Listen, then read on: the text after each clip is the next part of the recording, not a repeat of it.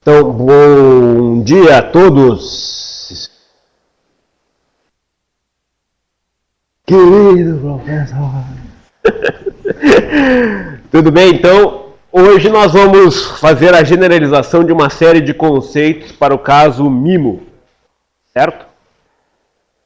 E nessa generalização de SISO para MIMO, o primeiro dos conceitos que nós vamos generalizar é o conceito relativo ao ganho.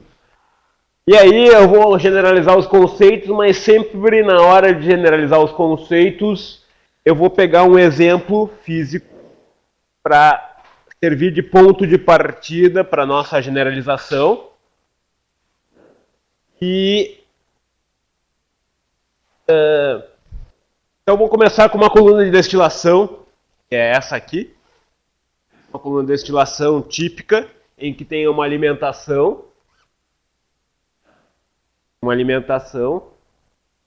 Essa alimentação entra no sistema, por aqui. Então, nesse sistema nós temos o vaso de topo, o vaso de fundo. A alimentação ela se divide em dois produtos, o produto de topo, representado com a letra YD, e sai numa corrente de destilado, que é essa corrente aqui. Essa corrente ela é representada pela letra D.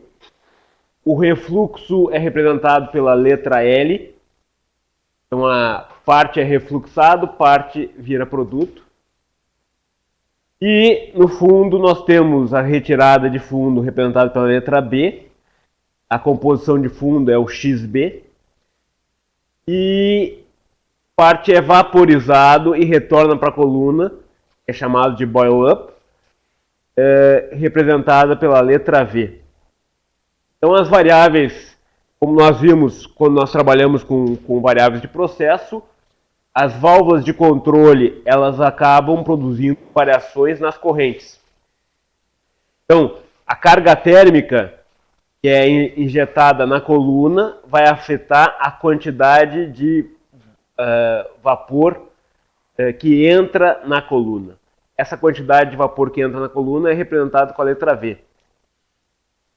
Mas para aumentar ou diminuir essa quantidade de vapor, eu vou ter que mexer na válvula de aquecimento.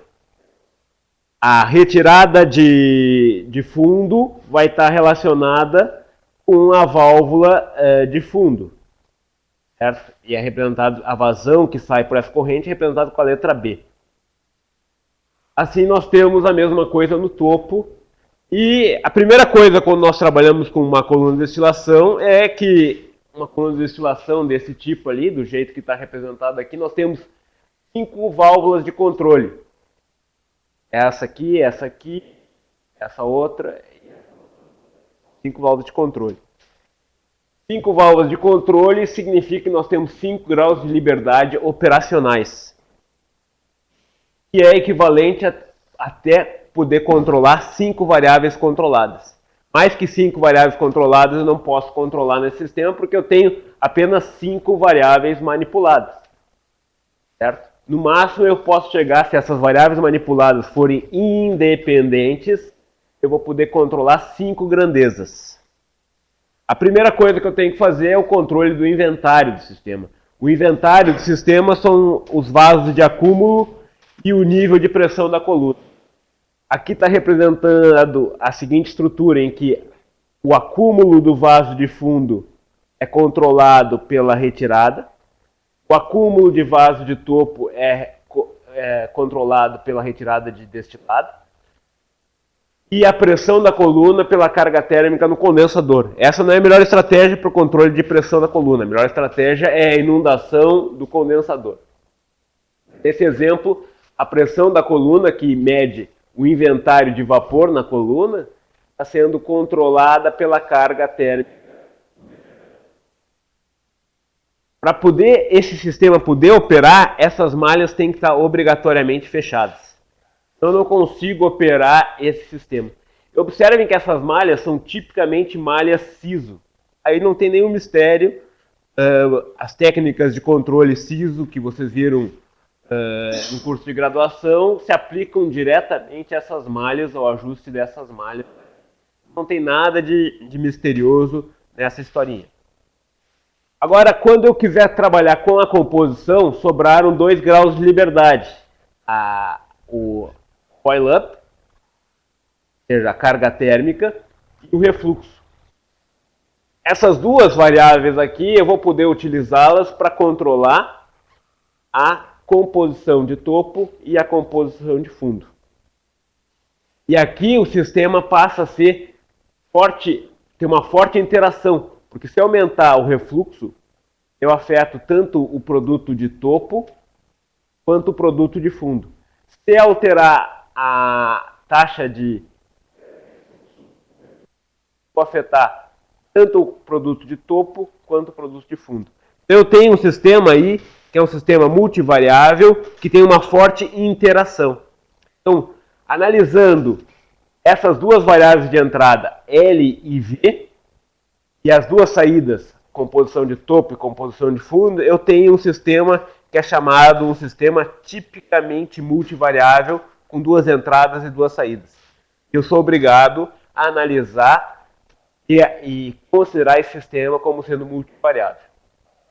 Esse vai ser o exemplo que nós vamos usar na aula de hoje. Só para completar, como eu já disse para vocês, 3 inventários. Inventários ali estão representados, eu tenho controle de inventários. E aí sobram 2 variáveis que podem ser utilizadas para controlar a composição de topo e fundo. O importante aqui nessa historinha é o seguinte: baseado nas variáveis utilizadas para controlar a composição de topo e fundo, nós temos diferentes nomes de estruturas de controle para colunas de destilação. A estrutura LV é essa que está aqui, representada nessa figura. Então, estou usando o L para controlar o produto de topo e o V para controlar o produto de fundo. Se por um acaso usar para controlar o inventário o L, ou seja, vou usar o L para controlar o inventário de topo. Eu vou usar daí o D para controlar a composição de fundo, de topo, desculpe. Se eu usar o D para controlar a composição de topo, eu vou ter a estrutura DV. Fundo é a mesma coisa, e eu estou alterando simplesmente a variável que vai ser utilizada para controlar a composição de topo. Ou seja, eu troquei aqui o controle do inventário por L, e aí o que vai sobrar para controlar a composição vai ser D. Essa estrutura recebe o nome de DV. Se eu agora trabalhar, em lugar de trabalhar com variáveis e vazões pura e simplesmente, eu trabalho com razão entre vazões, razão de refluxo, ou seja, L divididos por D. Estou trabalhando, em lugar de alterar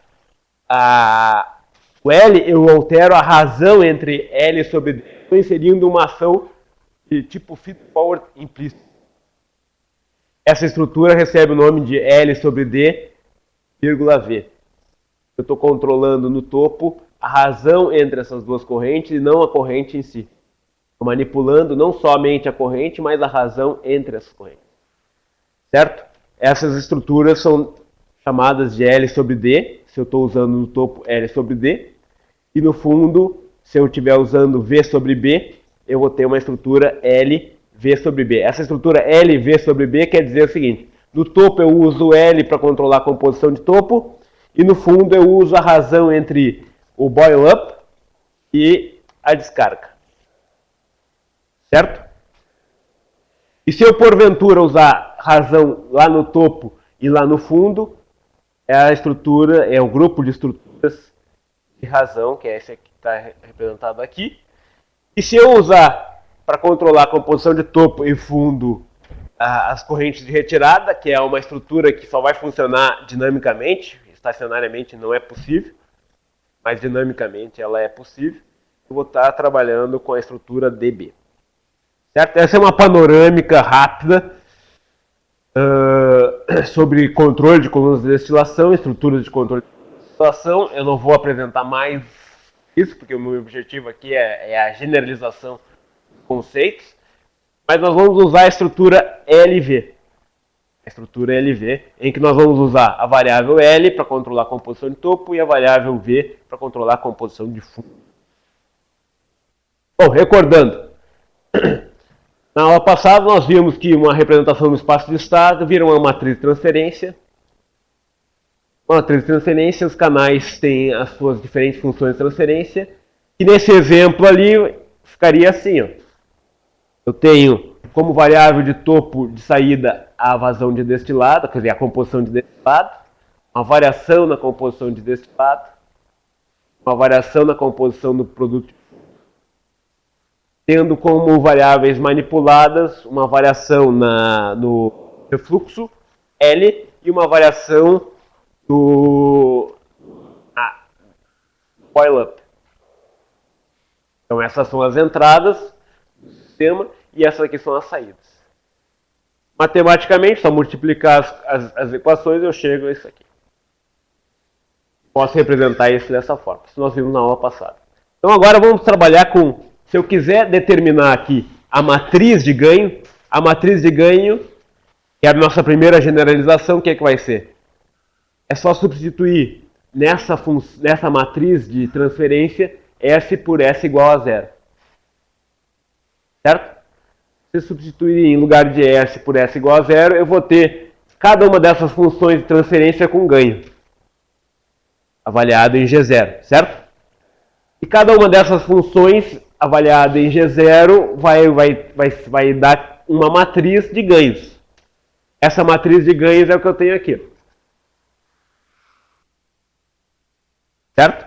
Peguei, avaliei a matriz de transferência, avaliei essa matriz de transferência em S igual a zero e obtive uma matriz de ganhos. Essa é a matriz de ganhos. Tranquilo até aí? Agora, nós vamos generalizar o conceito de ganho para o sistema multivariável. E para a generalização do conceito de ganho para o sistema multivariável, é importante a gente analisar a seguinte característica de sistemas multivariáveis. Antes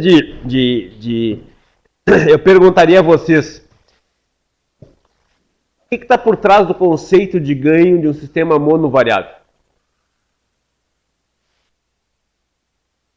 Se eu perguntasse para vocês, se vocês tivessem que perguntar, explicar para a mãe de vocês, o que é ganho estacionário? O que vocês diriam para a mãe de vocês?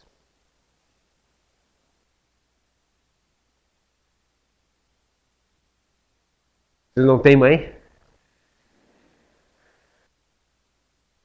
A mãe de vocês conhece controle, não haveria necessidade de explicar para ela. Ela estaria explicando para vocês, aí vocês não precisariam explicar, né?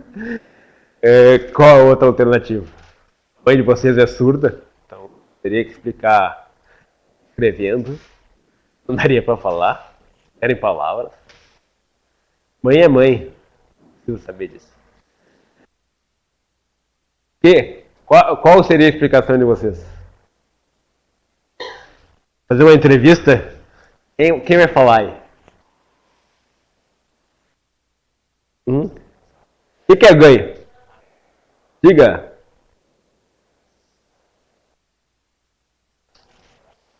De certo modo tem a ver com... A ideia do ganho é, eu aplico na entrada do sistema uma variação, né? Faço um delta U, e eu obtenho na saída uma variação delta Y. A relação entre a variação de saída e a variação de entrada é o conceito de ganho. Você vai fazer uma aplicação financeira, aplicou R$100, ganhou 150, o ganho foi de 1,5. Certo? Fator de ganho que vocês tiveram, certo? Na aplicação sim. Mas no nosso caso é a relação entre deltas e deltas. É o delta de aplicação na entrada e o delta de aplicação na saída. Quer dizer, a variação na saída dividida pela variação na entrada. E daí que quando eu vou tender a variação a uma variação tão pequena quanto você queira, tem a ideia da derivada. Por isso que a derivada de uma curva estacionária é o ganho. Eu vou tender o delta a um valor tão pequeno quanto eu queira. Se não fosse variação, não ia ter o conceito de derivada de uma curva estacionária. A ideia por trás é variação na entrada, eu aplico uma variação na entrada e ganho uma variação na saída, certo? Então, esse é o conceito. O conceito é quanto aquela variação na entrada vai implicar numa variação de saída. Tendo que generalizar esse conceito. Como é que nós generalizamos esse conceito para sistemas multivariáveis? Agora pense o seguinte, ó, sistema multivariável, no monovariável eu só posso aplicar num tipo de investimento. Sistema multivariável, agora eu posso distribuir a aplicação. Posso aplicar em bolsa e em renda fixa. Posso aplicar em bolsa e sim. Vai. E aí que tá. Agora vamos ver, ó. Diferentes aplicações aqui, ó. Aplicando lá no mercado de ações. Vamos ficar só com o mercado de ações. Ações da energia, Braskem. Ações companhia do Vale do Rio Doce. Duas ações aqui que eu vou poder aplicar. E aí, olha só. Se eu investir todo o meu dinheiro ou toda a minha aplicação em uma variação em ΔL, então essas aqui são as diferentes direções. Ó. Tem diferentes direções. A lógica aqui é, essa direção 1, 0 significa que eu aplicaria todos os meus recursos, eu tenho R$100, aplicando R$100 no ΔL. E não estou aplicando nada no ΔV. Certo? Tranquilo? Estou aplicando aqui. A minha matriz de ganho é essa aqui. Se eu multiplicar aqui matricialmente, então vai ser 100 vezes esse número. E 100 vezes esse aqui. Nada vezes isso e nada vezes isso. Eu chego a esses valores aqui. Ó. No caso aqui a aplicação foi de uma unidade. Corresponde a 0,88. Númerozinho aqui. A primeira coluna. E 1,08 de saída. Tranquilo? Só multiplicar 1 por esse número, 0 por esse aqui. Só vai ficar esse aqui. Tranquilo? 1 por esse aqui, 0 por esse aqui. Só vai ficar esse aqui. Tranquilo? Então apliquei só na entrada 1. Agora se eu aplicar e fizer a seguinte aplicação. Aplico só na entrada 2. Vai ficar essa coluna aqui, ó.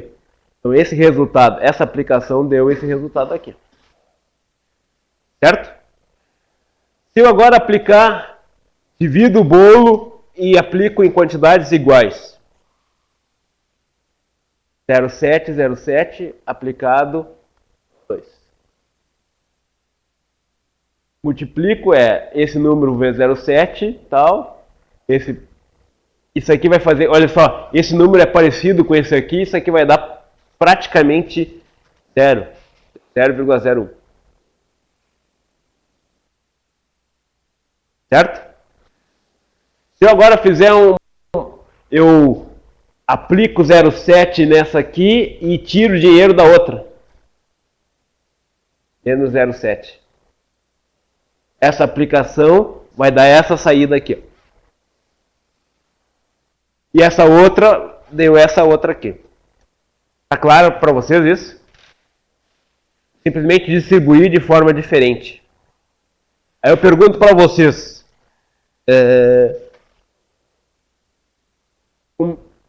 Essas aplicações, qual delas foi a mais interessante?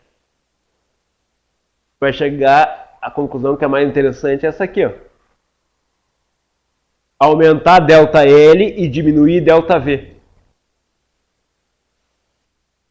Ou seja, o ΔL, na realidade eu estou indo, ΔL seria, digamos que o valor de referência do L seja 100, eu vou para 120 L. Digamos que o valor de referência de B seja 100 também, e aí, em lugar de aumentar 100 para 120, eu vou fazer de 100 para 80. Faço uma variação negativa em V. e uma variação positiva em L. De igual magnitude. Isso seria uma variação desse tipo aqui, ó, 0,7 menos 0,7. Podia ser 1 e menos 1. Podia ser 20 e menos 20.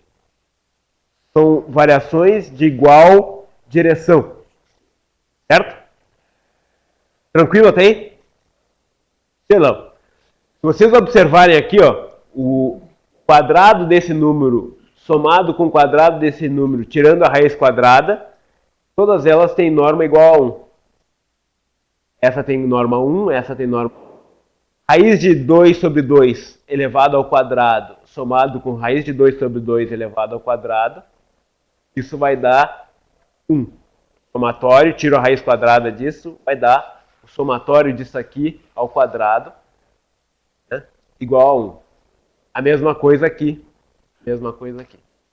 Então, todas essas direções de entrada tem norma, essa é chamada uma norma euclidiana. Tem norma euclidiana igual a 1. A próxima transferência apresenta as normas. Digamos que eu tenho o vetor A, que tem componentes A1 até AN. A chamada de norma P, no nosso exemplo, nós temos duas componentes. São duas entradas. Então, a entrada 1 e a entrada 2. Então, eu tenho o elemento 1 e o elemento 2. O elemento 1 elevado na P somado com o elemento 2 elevado na P, tiro a raiz quadrada. Esse é chamado de norma P. Certo? As normas mais usadas são essas três que estão aqui representadas. A quadrática, essa é chamada de norma euclidiana.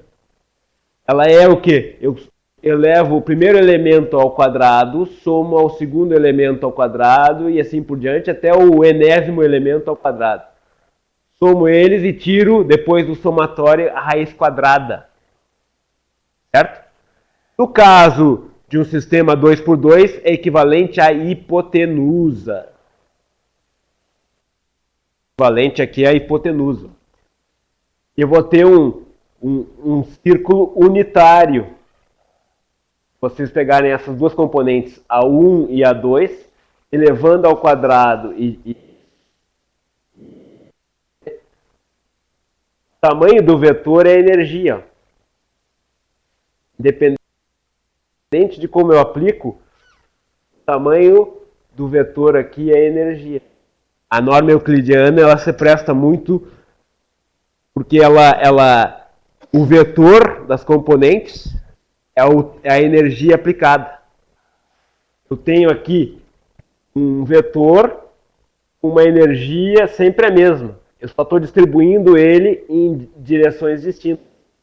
Se vocês pensarem que isso aqui é um triângulo retângulo, eu tenho a componente essa aqui, a outra componente essa aqui, a hipotenusa vai representar o tamanho do vetor, que é o tamanho da energia aplicada, certo? Então a norma euclidiana está mostrando isso aqui, ó. Se eu estiver trabalhando agora com a norma 1, que é o somatório dos módulos, eu vou chegar à representação, que é essa aqui, ó. P1. A soma das componentes, eu simplesmente somo as componentes linearmente. Eu vou ter essa representação das componentes aqui, ó. É esse losango interno. E a norma infinita é eu elevar cada componente no infinito e depois tirar a raiz infinita. Entendeu? Isso é equivalente a ser o maior elemento. Ele vai pegar o maior elemento. Então ele vai pegar sempre o maior elemento como resultado, que é o quadrado por fora. A que mais interessa para nós, em termos de generalização de conceito, de aplicação, porque nós vamos generalizar o conceito de aplicação. Eu aplico uma energia na entrada e o ganho vai ser a relação da energia aplicada na entrada, de que forma essa energia é percebida na saída. Então a norma para nós mais interessante nessa generalização é a quadrática. Ela é uma norma que recebe o nome bonito de norma euclidiana. Certo? Tranquilo? E ela tem o significado de energia, que é o tamanho do vetor. Tamanho do vetor. Certo? Alguma dúvida tem? Sim ou não? Sim ou não? Então, observe o seguinte. Quando eu trabalho com sistemas multivariáveis, todos esses vetores têm a mesma energia. Ou seja, a mesma norma euclidiana. Mas esses vetores aplicados no sistema, embora tenham a mesma energia de entrada, eles geram diferentes energias na saída. Umas vezes há uma grande diferença nessa energia, outras vezes não. Tranquilo até aí? Então, agora vem o momento, a ferramenta mais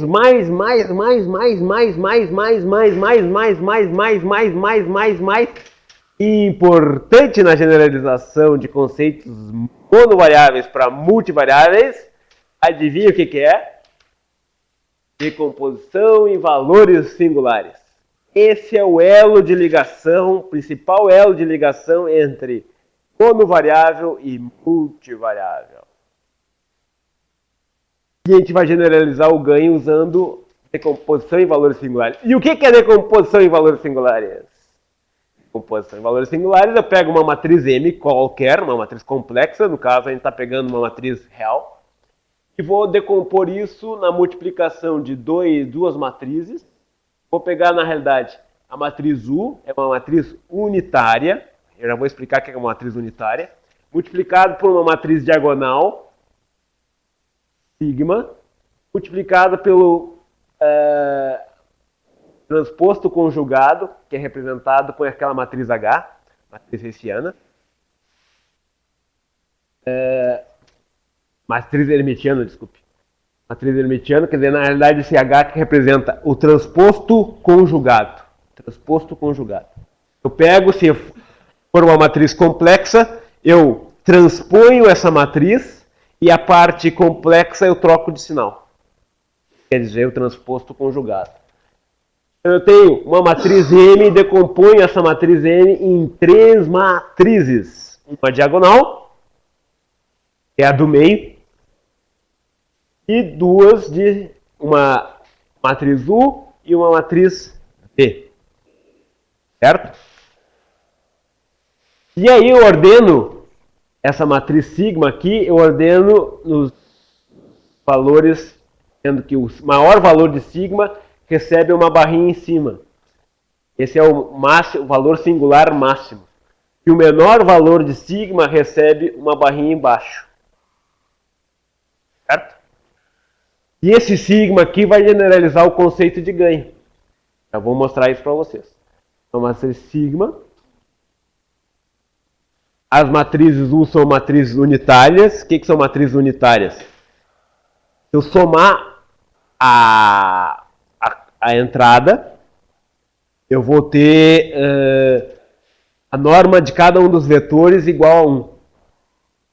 A norma euclidiana de cada um dos vetores igual a 1. E o inverso da matriz é o transposto dela. Conjugado transposto. O inverso da matriz é o conjugado transposto. Aí vai dar aí a matriz de identidade. Eu vou mostrar agora para vocês. Certo? Já vou mostrar isso para vocês. O importante nessa historinha toda, eu vou mostrar em cima desse exemplo aqui. Eu tenho aqui a minha matriz original do sistema. Que é essa aqui. Decompondo essa matriz original nessas três matrizes, matriz U, matriz sigma e matriz V, eu tenho o que eu chamo de decomposição em valores singulares. Sim. Essa aqui? Essa é a matriz de transferência do sistema avaliado em S igual a 0. Eu estou generalizando o conceito de ganho estacionário. Aí eu calculei a matriz de ganho estacionário. Certo? Depois, o que ele vai fazer quando a gente generalizar isso para sistemas no domínio da frequência? No lugar de substituir S por zero, eu vou substituir S por J ômega. Aí eu vou ter uma matriz complexa, mas o ferramental é exatamente o mesmo. Então eu vou ter uma matriz complexa avaliada em cada frequência. Certo? Mas eu estou introduzindo o conceito baseado somente na matriz estacionária. Peguei o ganho de cada uma das funções de transferência e coloquei nas respectivas posições. Gerei a matriz de ganhos. E agora eu peguei essa matriz e decompus essa matriz em 3 outras matrizes. A matriz U, a matriz sigma e a matriz V. E qual é o significado disso? Se vocês olharem, eu vou mostrar no MATLAB, a decomposição em valores singulares é um comandinho no MATLAB. Um comandinho. Barbadão. Não dói nada. É rapidíssimo. Então, mas antes de eu mostrar como é que a gente faz isso no MATLAB, eu gostaria que vocês conseguissem saborear o significado desta decomposição que explicita o interior da matriz. A matriz que estava lá escondendo as suas coisas, com a decomposição em valores singulares, ela se abre e mostra o seu interior. Que forma? Aqui o interior da matriz explicitado. Para quem souber ver, terá que... Seguinte, atenção. A direção de entrada são essas aqui, ó. Na matriz V nós temos a direção de entrada. Quem é que sabe me dizer por que a matriz V é a direção de entrada? Vai ficar sabendo. Quer dizer, eu entrando com essa direção, eu vou obter na saída essa direção com esse ganho. Com essa amplificação aqui. E se eu entrar com essa direção aqui, eu vou obter na saída esta direção, amplificado por este valor aqui.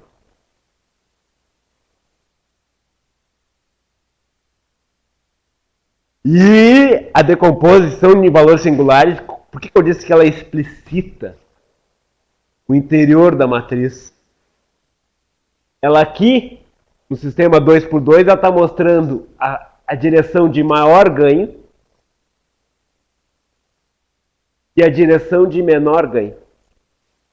Não existe valor de ganho menor do que o menor ganho. E não existe valor de ganho maior que o maior ganho. O sanduíche de ganhos é dado por essa relação aqui. Nenhuma alteração vai dar ganhos maiores que esse aqui, e nenhuma alteração vai dar ganhos menores. Pacífico ou rebelde? E aqui está o conceito da generalização do ganho. Observe que na hora de generalizar o ganho para o sistema multivariável, eu tenho que levar em conta a norma que eu estou usando. Se eu estiver usando uma norma euclidiana, o maior ganho possível do sistema, que representa a direção, alterando a direção de entrada, então tem a matriz M, a minha matriz M seria isso aqui, ó, multiplicado por U, aí eu vou ter o vetor de saída, divididos pelo vetor de entrada, a relação que dá a maior relação entre esses dois valores é chamado de máximo valor singular, que é o maior ganho possível, que representa este númerozinho aqui. Enquanto que aqui eu tenho o menor valor possível, que é dado por esse númerozinho. O menor valor possível. Qualquer outro valor vai estar entre esses dois valores. Tranquilo até aí?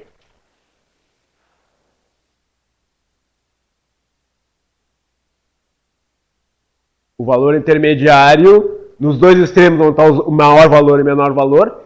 E o valor intermediário, ele não tem um significado de grande utilidade. Ele vai ter uma utilidade no teorema da igual magnitude, que vai aparecer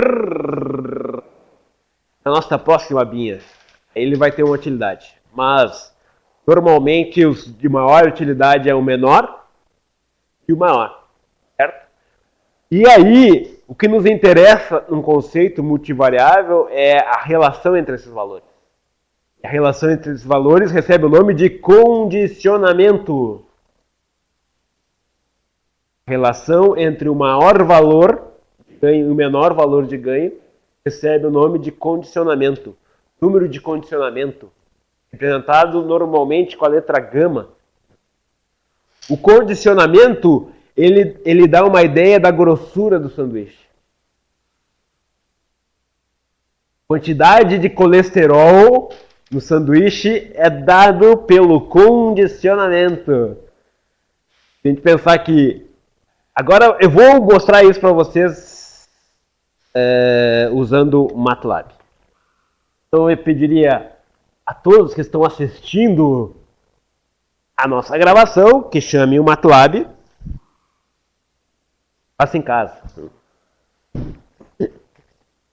E prestem atenção.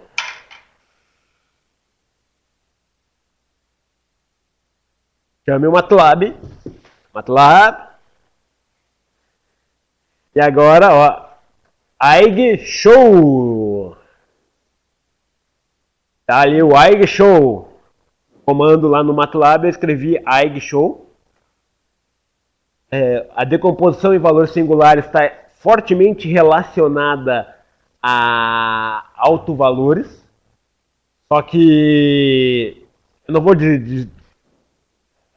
falar muito agora, mas basicamente o que você vai fazer? Vai pegar uma matriz e vai multiplicar pelo transposto conjugado dela. Aí eu vou ter uma matriz quadrada. Os autovalores dessa matriz quadrada vão ser iguais a decomposição em valores singulares.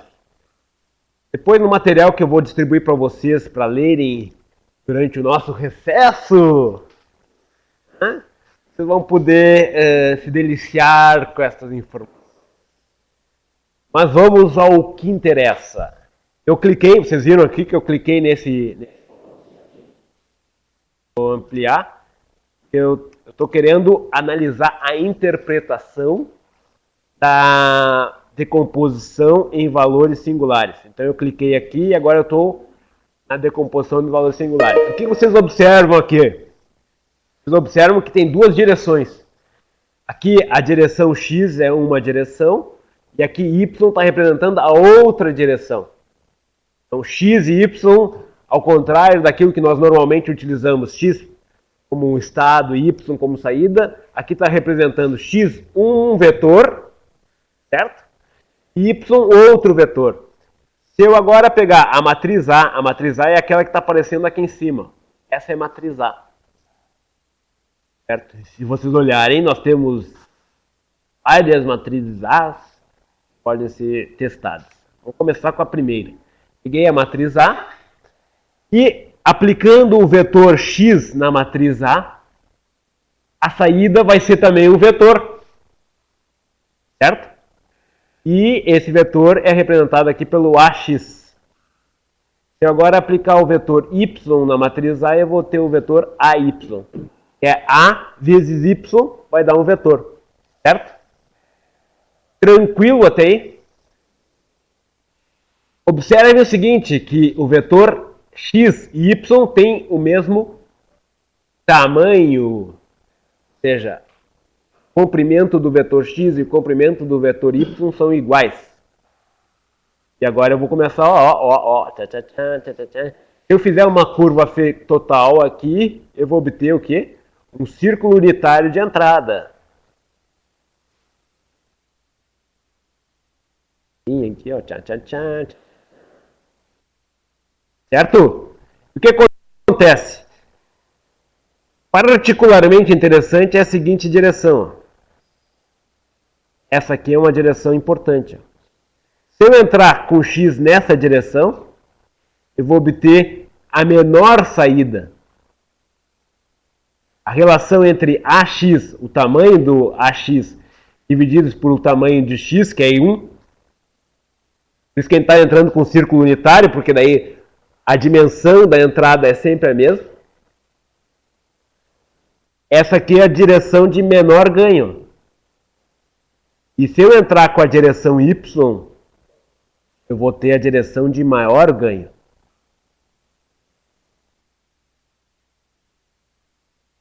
Qualquer direção intermediária vai levar a ganhos intermediários. Não vão ser menores que o menor dos ganhos, nem maiores que o maior dos ganhos. E também observem que tanto faz eu entrar essa direção aqui ou menos ela, está dando a mesma direção. Só troca o sinal. Mas a direção é a mesma. Estão enxergando isso? Sim ou não? Então, a gente está dividindo aqui por 4 justamente para poder fazer com que essa elipse aqui, ó, ela não fique grande demais e não apareça. Por isso que está sendo dividido por 4 a matriz aqui. Se ela não fosse dividida por 4, isso aqui seria 4 vezes maior. E aí ia dificultar a visualização. Certo? Vou pegar uma outra matriz aqui. Ó. Cada matriz, vou pegar uma... essa aqui. Ó, eu tenho comportamentos diferentes. Ó. Parece um planeta à órbita.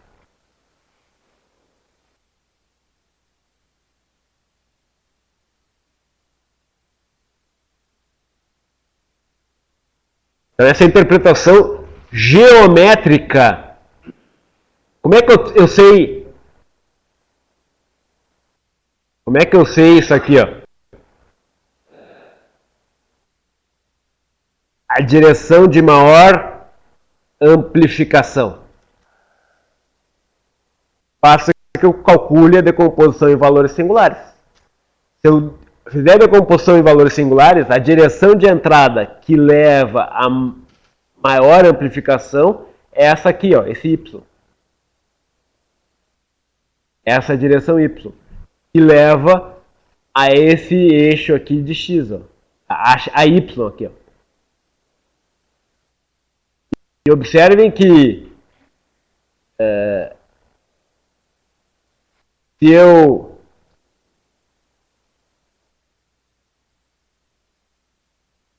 quiser obter a direção de menor ganho, ela vai ser, no caso, ortogonal.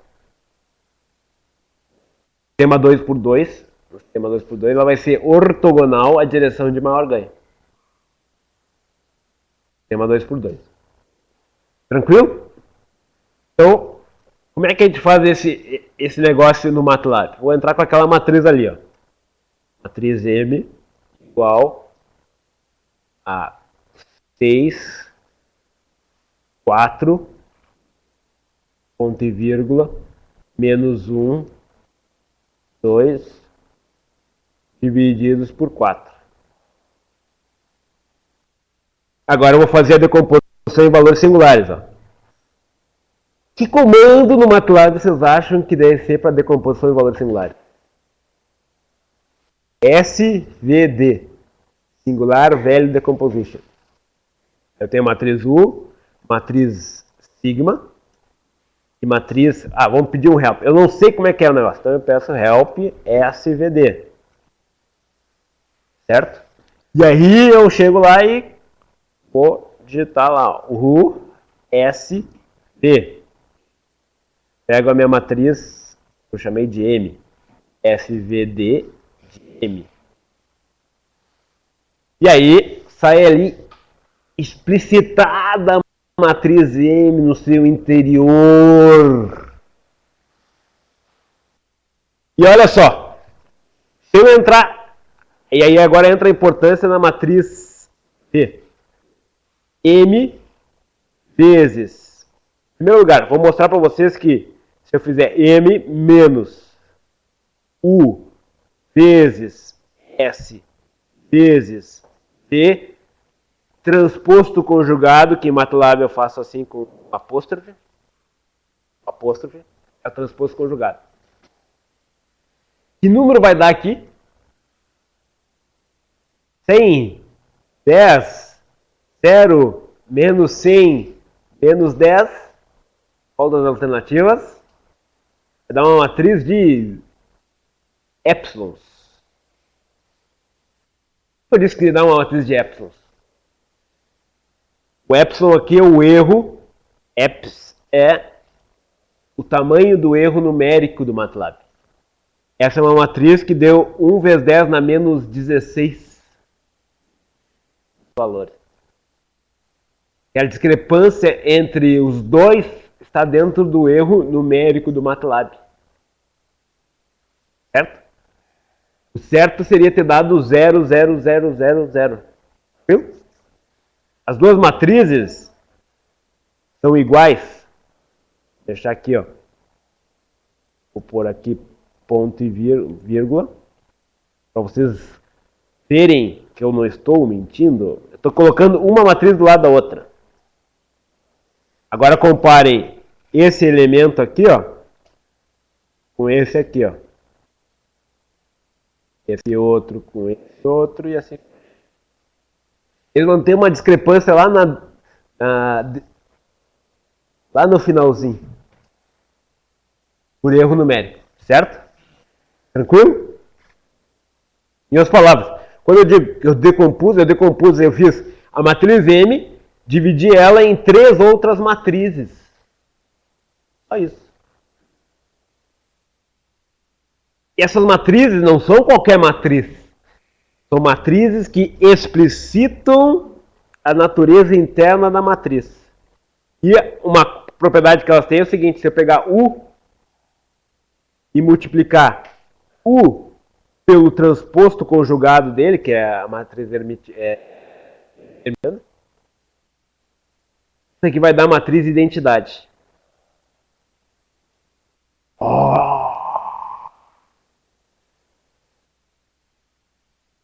Se a matriz tem essa propriedade, ela é chamada de matriz unitária. Além da propriedade de multiplicar ela pelo transposto conjugado e dar a matriz de identidade, ela tem a outra propriedade que a caracteriza como matriz unitária.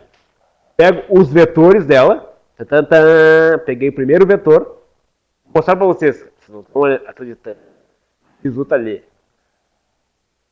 Agora, olha só, pegar a primeira coluna, elevo o primeiro elemento da primeira coluna ao quadrado, somo com o quadrado do segundo elemento, somo isso e tiro a raiz quadrada e vou encontrar que número?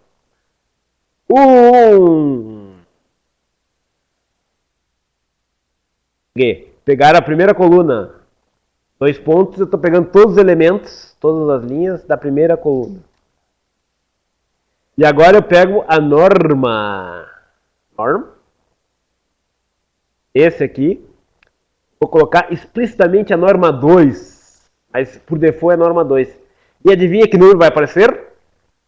Vou pensar, calcular. 1. E se eu fizer a mesma coisa agora com a segunda coluna, por incrível que vos possa parecer, irá aparecer também o número 1. Se eu fizer a mesma coisa para a matriz V,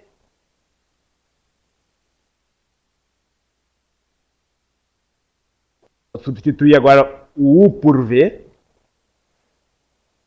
que em letrinhas pequenas parece meio parecido.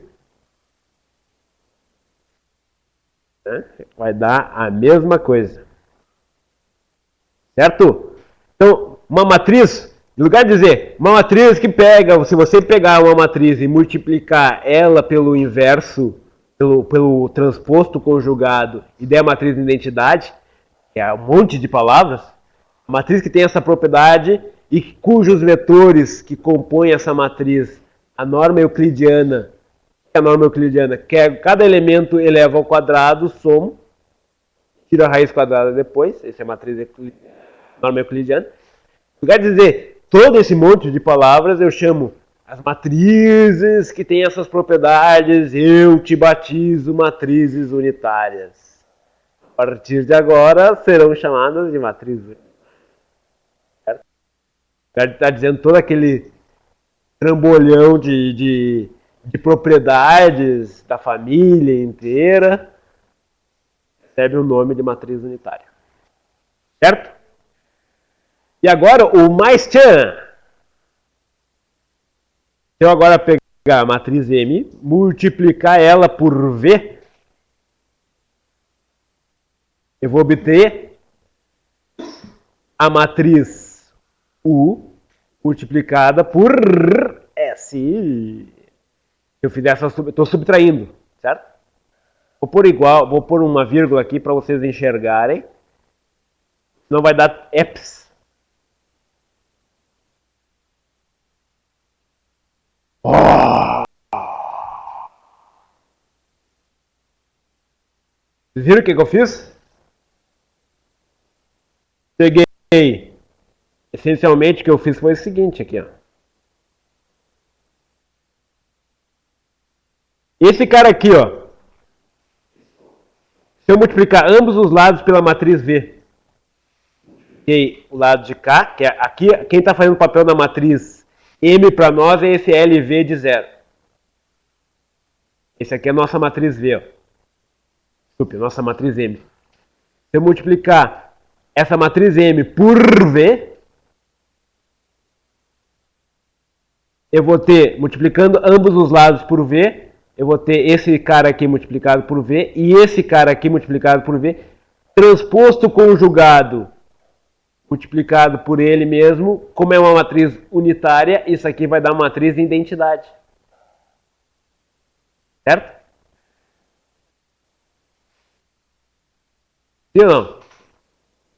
Vou mostrar para vocês, estão incrédulos, não acredito em mim. Vou fazer mais uma aqui, ó. Atenção, atenção.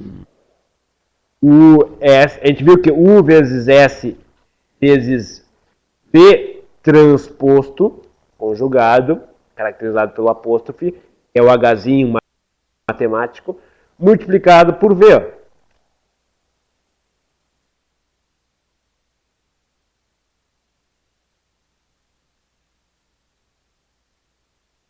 É exatamente a mesma coisa. E aqui virou a matriz, isso aqui, ó, é a matriz identidade. Tranquilo?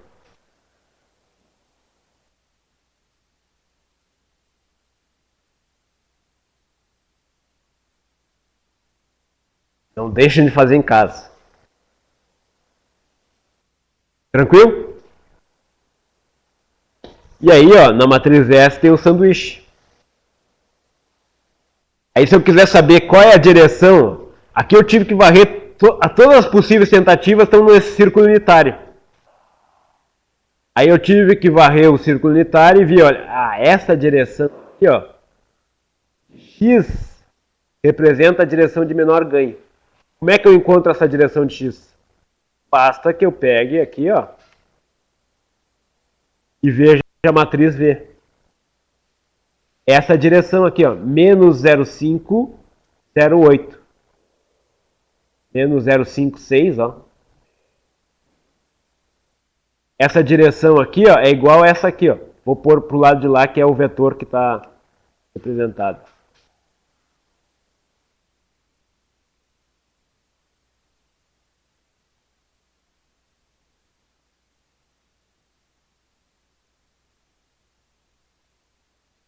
Agora, ó.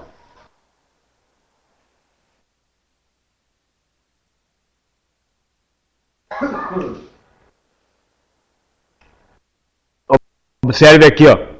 Menos 0,5. Menos 0,56. Esse númerozinho aqui, ó. Menos 0,5655. Aqui, ó. Menos 0,55655. Mais 0,824. O componente aqui é 0,82. Estão enxergando? Sim ou não? Manifeste-se. Essa é a direção que vai dar o menor ganho. Vai dar uma saída que vai ser a coluna, essa coluna aqui, ó, de U, a segunda coluna de U, vai ser a saída. A saída vai ser em menos 0, quase horizontal. Quase zero aqui, ó. Menos 0 em X vai ser quase, na abscissa vai ser quase em zero.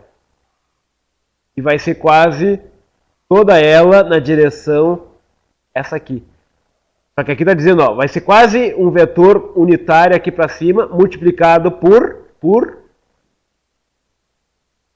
0,55. Olha o númerozinho que aparece aqui, ó. Deu para entender? Sim ou não?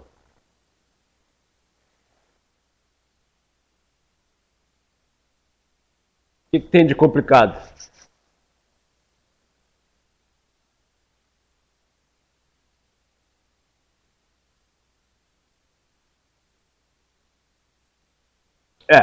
A representação geométrica, que eu tenho as direções de entrada, todas as possíveis direções de entrada, e eu estou interessado na direção que leva ao maior ganho, que é essa aqui, ó, a maior amplificação do vetor.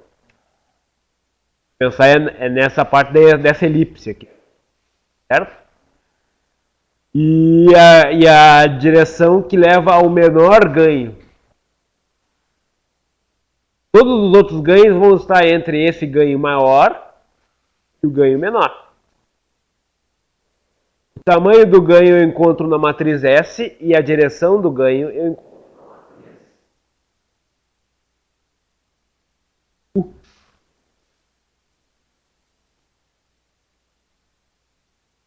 Certo? Procurem visualizar isso em casa. Fazer isso que eu estou fazendo aqui no MATLAB. E aí...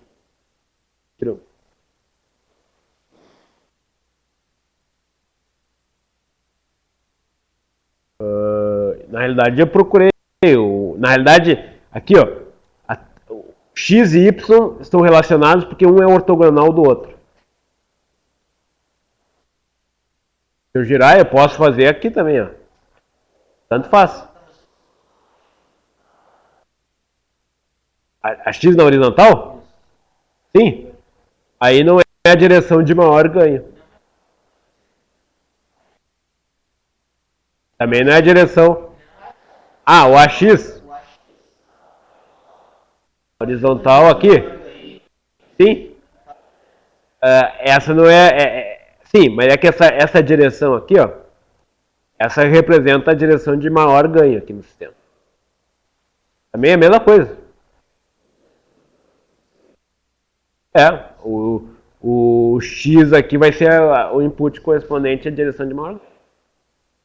Se vocês olharem, esse aqui simplesmente está na mesma... A direção é essa aqui, ó, a direção para cá é fazer um positivo, outro negativo, ou fazer o contrário, um negativo, outro positivo. Isso aqui é equivalente a fazer isso aqui, ó. A direção, ela é a mesma. O sentido que inverteu. A direção é dada pela proporção.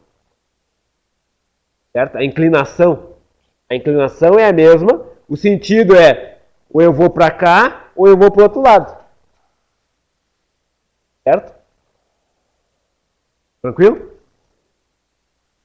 Então, como eu estou trabalhando com norma aqui, ó, estou vendo a intensidade aqui embaixo, ó, a intensidade da saída dividido pela intensidade da entrada. A intensidade da entrada, todo mundo está no círculo unitário. Todos estão no círculo unitário. Então, o tamanho do vetor é sempre de entrada é igual a 1. O tamanho do vetor de saída é que modifica. Tranquilo? E aí eu pergunto para vocês, observem que esse sistema ele tem uma elipse bonitinha, mas se eu tiver agora um sistema desse tipo aqui,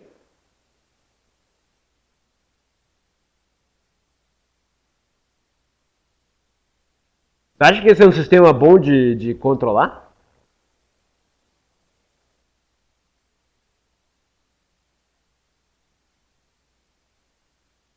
Praticamente eu perdi uma dimensão de saída. Perdi uma dimensão de saída. Eu tenho duas variáveis agora, essas duas variáveis praticamente, na realidade nesse caso exatamente, eu não tenho mais linearidade. Eu não é mais linearmente independente. É como se eu tivesse duas variáveis para fazer a mesma coisa na saída. Eu não tenho duas saídas possíveis. Imagine o seguinte, e aí é um conceito. Se eu perguntar para vocês o que está por trás de um controlador, um curso de graduação, o pessoal que fez graduação comigo, controlador nada mais é do que a inversão da planta. O que está por trás de um controlador multivariável? A inversão da planta. A historinha se repete. Só que agora eu vou ter uma inversão de uma planta que é multivariável. Logo eu vou ter uma inversão de uma matriz. E a facilidade de inverter uma matriz está relacionada aqui com conhecimento do cálculo numérico, aprendendo lá do tempo do EPA. Eu quero inverter uma matriz, eu tenho que verificar o condicionamento dela. Se a planta ela for mal condicionada, eu vou ter problemas na inversão. Ter problemas em projetar o controlador. Vou perder graus de liberdade no sistema. Ou seja, naquele exemplo físico, eu quero produto de topo num valor e produto de fundo no outro valor. Se eu tiver um sistema mal condicionado, eu vou ter pouca liberdade, porque afetando o produto de topo, afeta o produto de fundo e vice-versa. De tal forma que eu não tenho mais independência nos dois. Quando eu começo a ter um sistema que eu não tenho essa independência, ou essa independência é baixa, eu vou ter uma elipse. Observe o seguinte, eu tenho a entrada, tem duas entradas, isso gera uma figura geométrica que cabe num plano, certo? Então vocês estão observando aqui, se vocês observarem o círculo verde, está num plano, certo? Se eu tenho um sistema que é condicionamento adequado,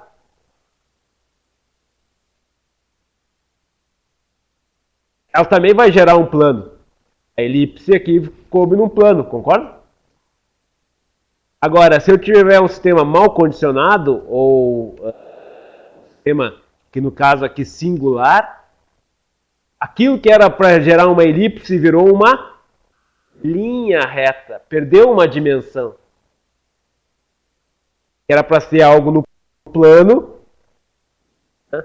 Por exemplo, se eu quero ter uma composição de saída aqui e uma composição de entrada aqui, eu não consigo.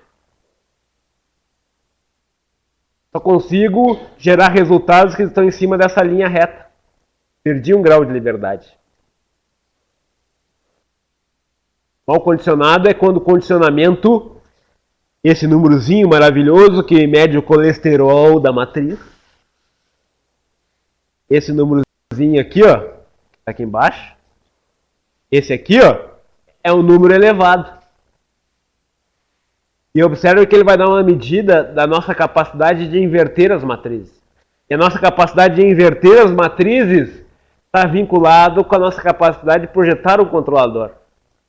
Porque o controlador vai ser o quê? A inversa da matriz.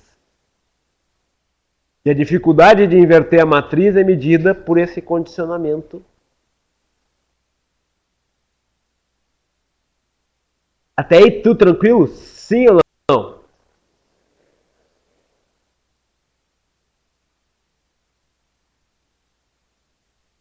essa coluna de situação ela é mal condicionada. Ela é mal condicionada. Olha só, olha o sanduíche que ela tem aqui, ó. Próximo número. 1,972 dividido por 0,013 dá 141,76. Ela é muito mal condicionada.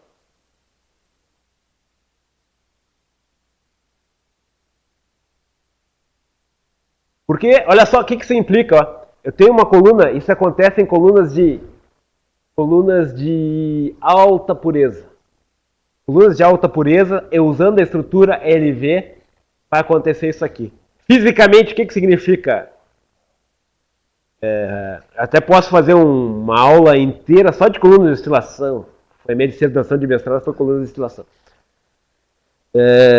Isso lá no tempo do EPA, né? A coluna de destilação, o que acontece aqui, ó? Se eu aumentar o refluxo no topo e aumentar o boil up, eu estou aumentando o refluxo interno na coluna. Sim, antes de inundar a coluna, eu estou aumentando a recirculação na coluna, certo? A coluna de destilação ela funciona como se fosse uma sanfona. Ela é um perfil sigmoidal. Estou pensando numa coluna, é uma coluna então, tem um perfil sigmoidal. Vamos ver se eu consigo. Dá um negócio aqui.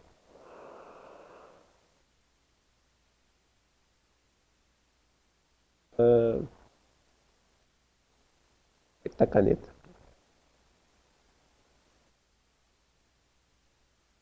Vamos ver se vai dar. O perfil da coluna é um perfil sigmoidal. Isso aqui que está acontecendo aqui não ocorre, é sigmoidal, isso é o distúrbio. Se aumentar L e aumentar V, esse perfil vai ficar simplesmente, vai cair mais bruscamente aqui. Ele vai achatar. É como se a sanfona viesse fazer isso aqui, ó.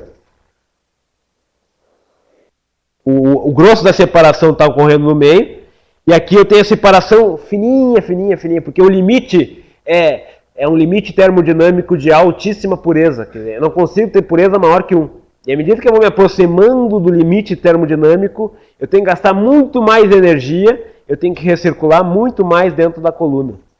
Certo? Então, essa é uma dimensão que tem pequeno ganho. Porque, olha só, eu tenho que aumentar muito L, tenho que aumentar muito V, para fazer com que eu tenha pequena variação na composição aqui, ó. Certo? Essa é a direção em que aumento L e que aumento V. É uma direção em que, por exemplo, se eu passar fizer um delta L de 10 e um delta V de 10, é uma direção matematicamente que eu representaria por isso aqui, ó. Essa é uma direção em que eu aumento os dois igual quantidade. Certo? Volta lá. E agora, vamos trocar de cor. Se eu agora fizer uma alteração em que eu aumento L e diminuo V. Essa é uma perturbação que eu não altero o tamanho do perfil. Eu levo a sanfona para baixo. Então a sanfona vai simplesmente descer, ó. Ela vai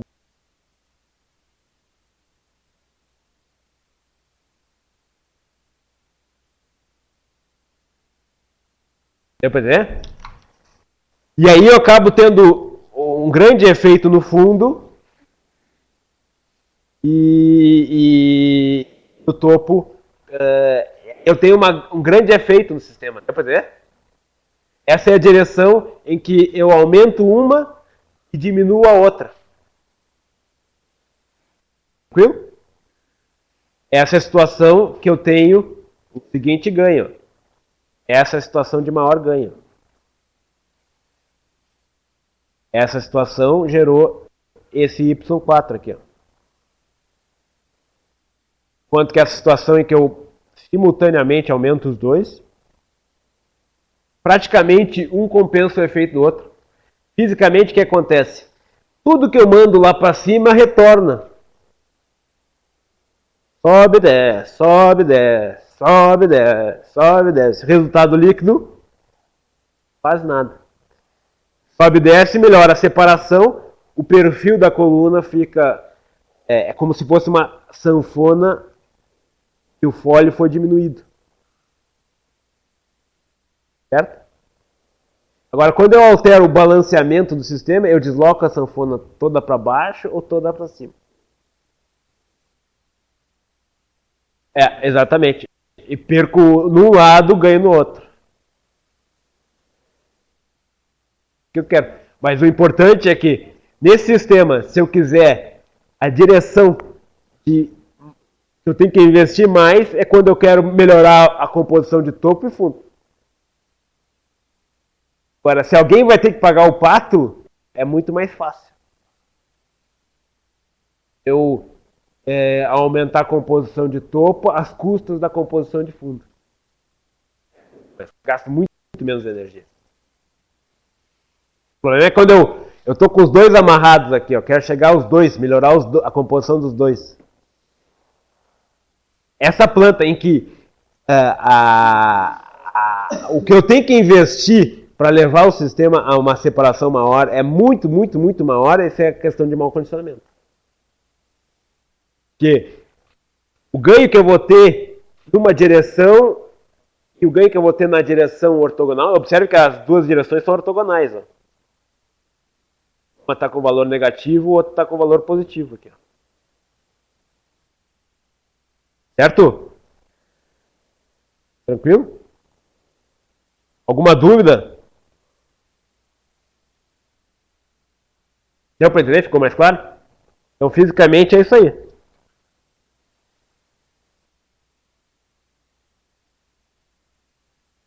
Então, essa transparência aqui ó, é extremamente importante.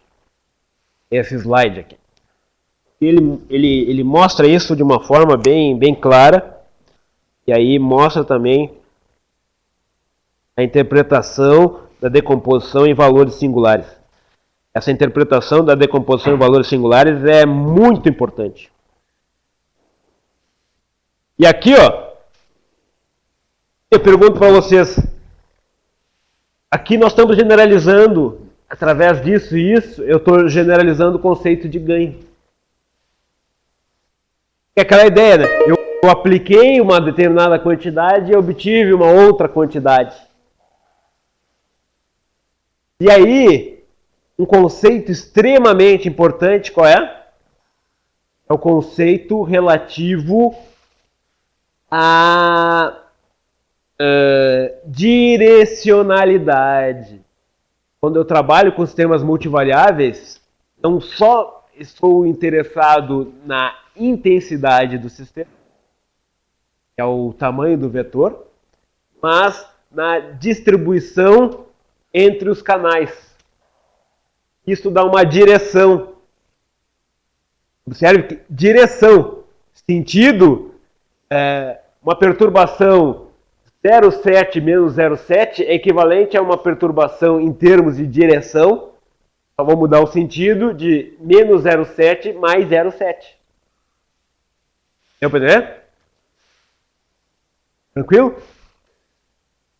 Então, isso é importante porque a direção, eu posso ir para cima ou posso ir para baixo. O importante é a direção. Certo? Então, aí é só uma questão de convenção. Eu posso convencionar, começar a partir daqui, ou posso fazer a mesma. O importante é que a outra direção, quando eu estou no sistema 2x2, a outra direção vai ser ortogonal a ela. Ortogonal. Tranquilo? Pacífico, rebelde. Então, quando eu generalizo conceitos monovariáveis para conceitos multivariáveis, eu tenho que usar uma ferramenta que é a decomposição em valores singulares, é SVD, e surge nesse processo a definição de direcionalidade.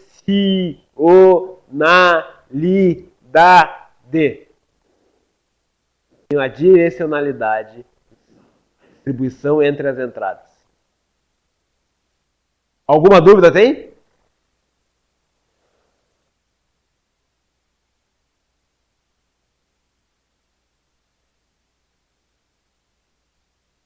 Como é que é? Interação, nós vamos ver aqui no conceito chamado RGA. Só que o conceito RGA, que é Relative Gain Array, isso aqui a gente vai explorar aqui, ó. Isso aqui tudo é para aula de hoje, hein? Ah, será que vai dar?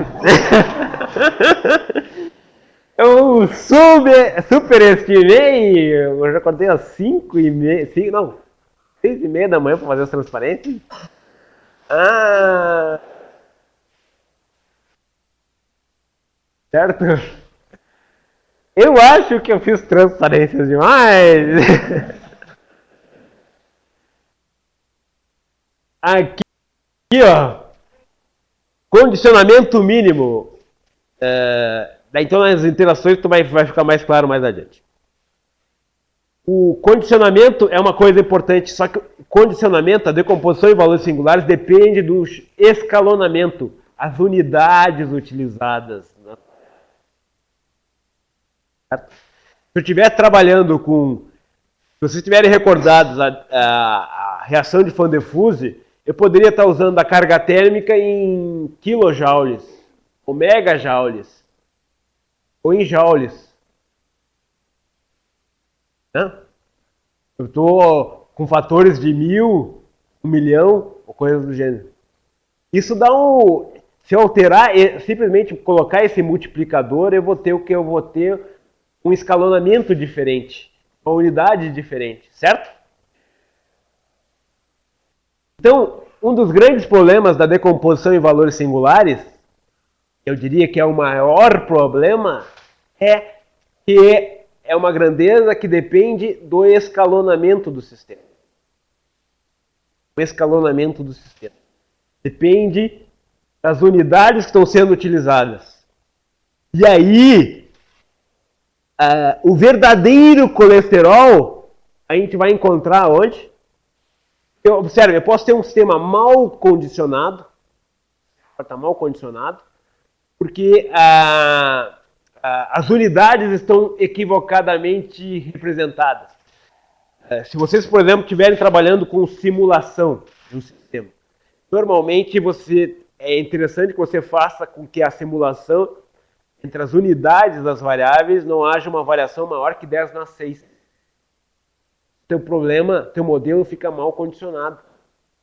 Ele fica mal condicionado, não que ele seja um sistema mal condicionado, ele fica mal condicionado na escolha das variáveis. Vai começar a ter erros numéricos.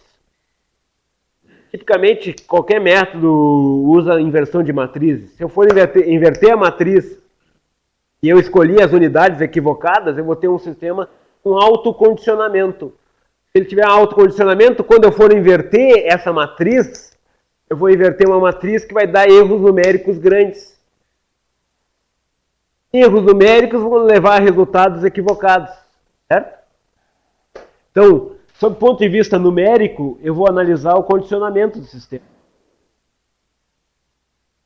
Mas o sistema pode estar mal escalonado. O que quer dizer com isso? Ele não é que ele seja um sistema naturalmente ruim. É que eu escolhi as unidades equivocadas para ele. Então, o que eu tenho que fazer? Se eu trocar as unidades, aquilo que era difícil de ser invertido, passa a ser invertido facilmente. É o caso da reação de Van der Fuse. Se vocês calcularem a reação de Van der Fuse com a carga térmica em kilojoules, como está no modelo, vocês vão ter um condicionamento do sistema lá nas cucuias. Um baita número. Agora, se vocês mudarem a escala para megajoules, o condicionamento do sistema cai lá embaixo. Certo? Então, isso, para resolver esse problema, o que nos interessa em termos de controle é o chamado de condicionamento mínimo. é o menor condicionamento possível para o sistema. Condicionamento mínimo é a verdadeira capacidade de inverter o sistema. Em termos de controle, o que interessa é chamar condicionamento mínimo. O condicionamento mínimo. Eu pego a minha matriz M, multiplico por duas matrizes L e R. Essas duas matrizes L e R, como elas mudam apenas a escala da unidade, certo? Elas são matrizes diagonais. Então, L e R são duas matrizes diagonais com números positivos na diagonal.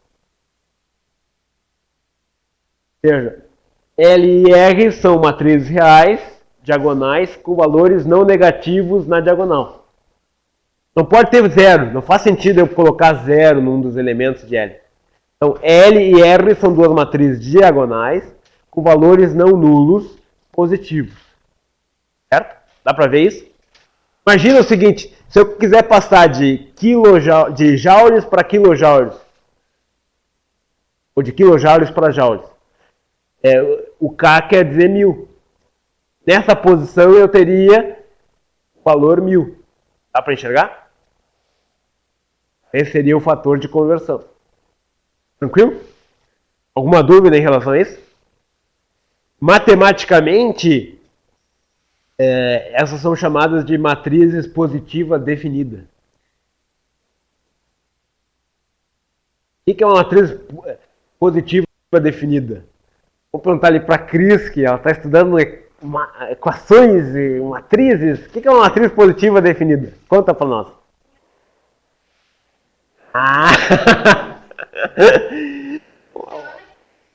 A matriz positiva definida é aquela que qualquer matriz peso só faz sentido eu usar a matriz positiva definida. Uma matriz que eu pegar x multiplicado pela matriz multiplicado por x transposto, ou seja, eu tenho x transposto multiplicado pela matriz multiplicado por x.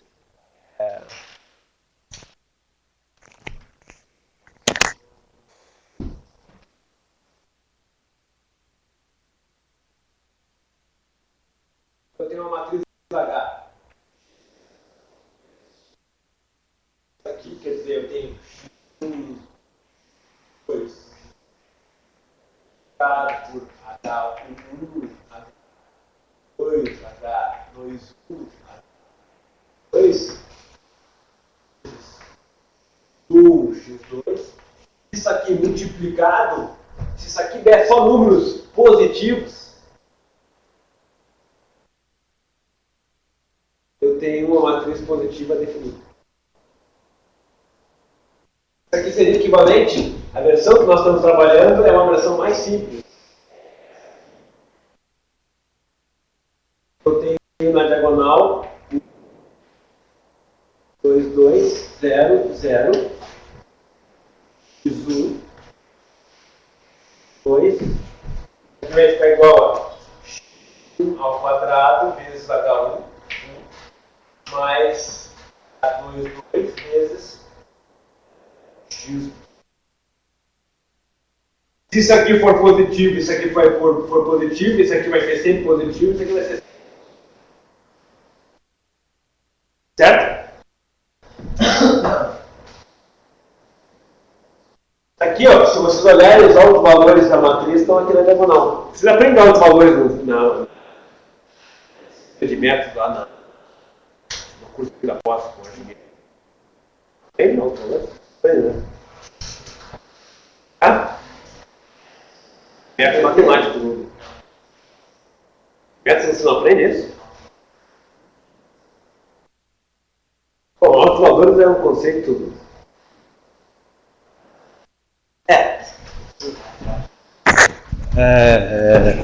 Autovalores, digamos assim, a decomposição em valores singulares tem tudo a ver com autovalores. Só que aqui a gente vai usar mais decomposição em valores singulares. Então, os autovalores dessa matriz aqui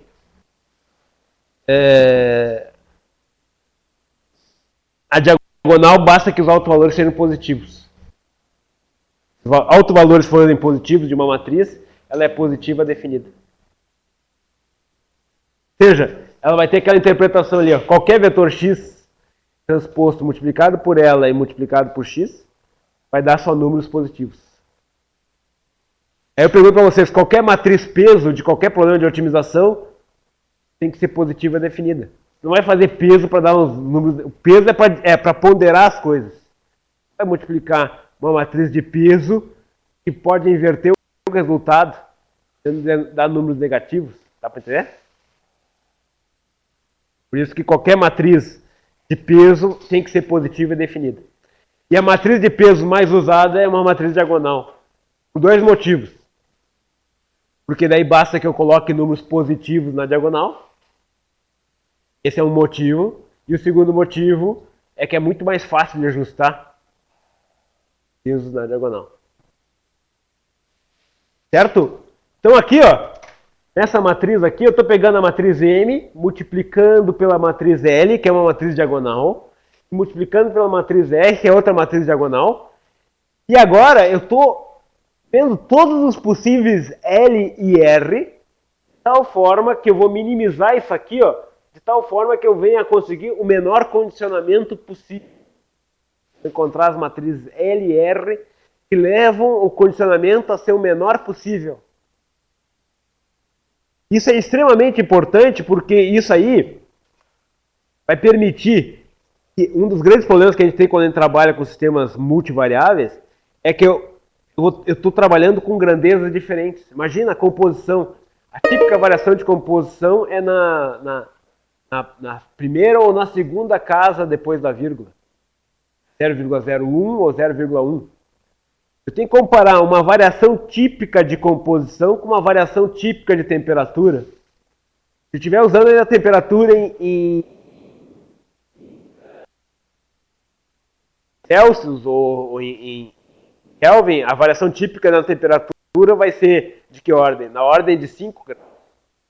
Estou comparando duas saídas diferentes. Uma que varia de composição da ordem de 0,01 com algo que varia da ordem de 5. Dá para entender?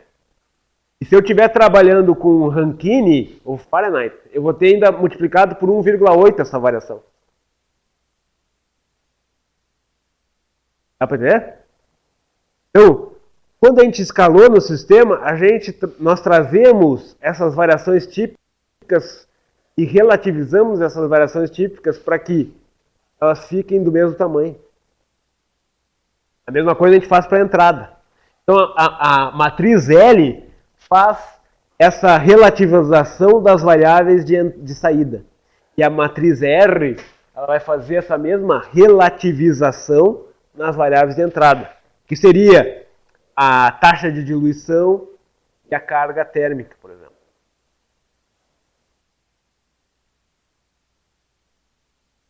Certo? Tranquilo até aí? Pacífico? Então, observe o seguinte. Quando a gente faz o condicionamento mínimo, isso vai permitir com que nós comparemos o tamanho das coisas. Imagine uma uva comparado com uma melancia.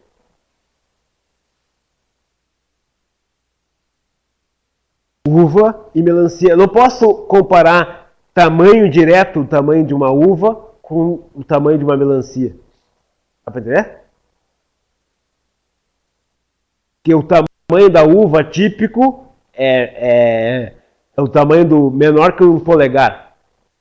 E o tamanho de uma melancia típica é maior do que... falar de melanciosas, né? É maior que um antebraço. Né? Então, tem que relativizar o tamanho. Quando a gente faz esse condicionamento mínimo, eu trago a um padrão de uva específico, e aí eu posso dizer se essa é uma uva grande ou uma uva pequena. Uma melancia em relação a uma melancia do tamanho específico de uma melancia. Certo?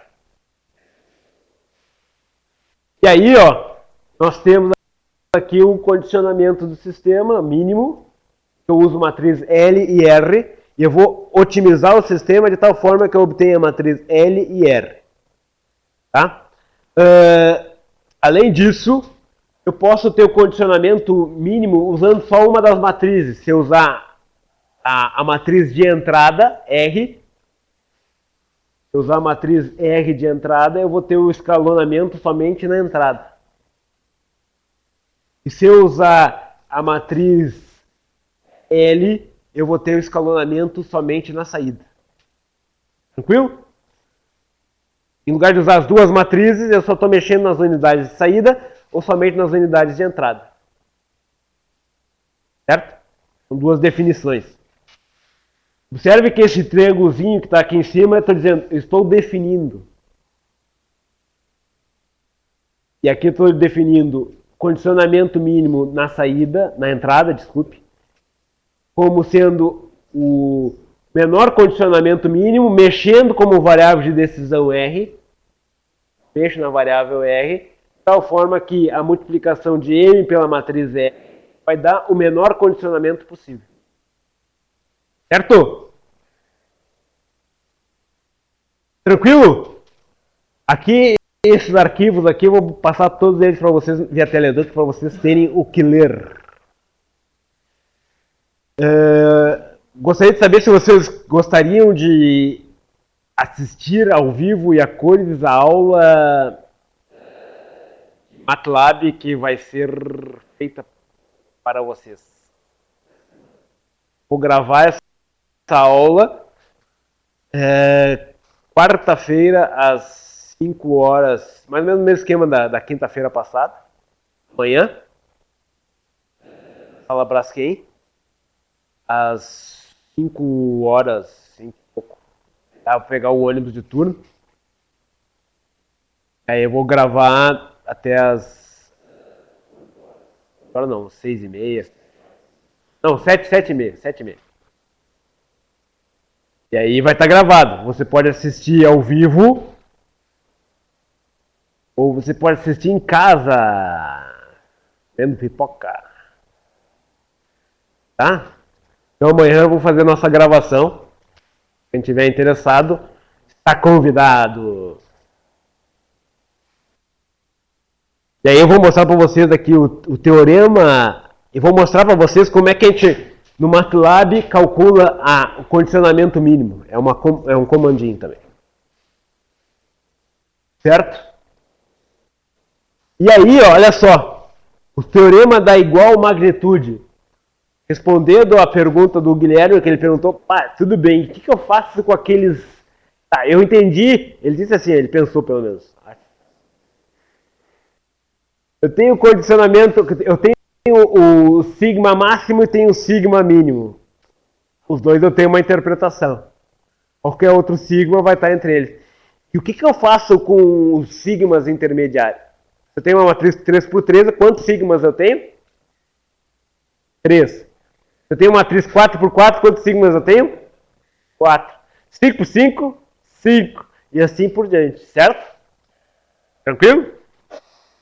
Então, ele perguntou, mas o que eu faço com aqueles outros? Uma das coisas que você pode fazer é aplicar o teorema da igual magnitude.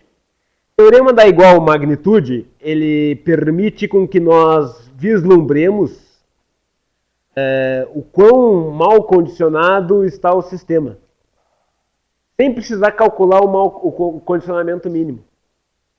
Então, o teorema da igual magnitude, o que a gente vai fazer? Ele diz o seguinte, ó, eu faço a decomposição em valores singulares, tenho sigma 1 diferente de sigma 2, tem que ter sigma 1 diferente de sigma 2, e sigma n menos 1 diferente de sigma n. Certo? Para aplicar esse teorema. Se o sistema estiver bem condicionado, ele vai ter a magnitude dessas componentes aqui do vetor correspondente à maior magnitude, vai ter que ter o mesmo valor de magnitude do vetor de menor magnitude. Então, na aula computacional de amanhã, eu vou mostrar isso aqui para vocês com alguns exemplos, aí vocês vão enxergar isso melhor. Depois está discutido aqui no material que eu vou disponibilizar para vocês. Isso aqui é mais fácil visualizar no computador. E agora vamos generalizar um conceito dos mais importantes, que é o zero para um sistema multivariável. Certo? O zero de um sistema multivariável. O que é um zero no sistema multivariável? Como é que a gente generalizaria? Primeiro eu vou perguntar para vocês, antes de nós generalizarmos um zero no sistema multivariável, eu perguntaria para vocês o que é um zero de um sistema monovariável. E que tipo de comportamento pode ter decorrente de um zero num sistema monovariável? E qual é o comportamento que nós estamos mais interessados e por quê? Oh, quantas perguntas! O que é um zero no sistema monovariável?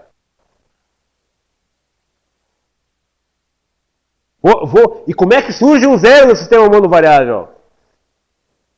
Isso tudo vocês.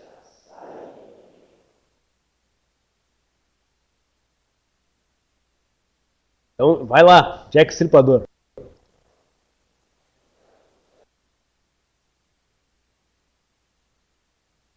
Qualquer tipo de associação?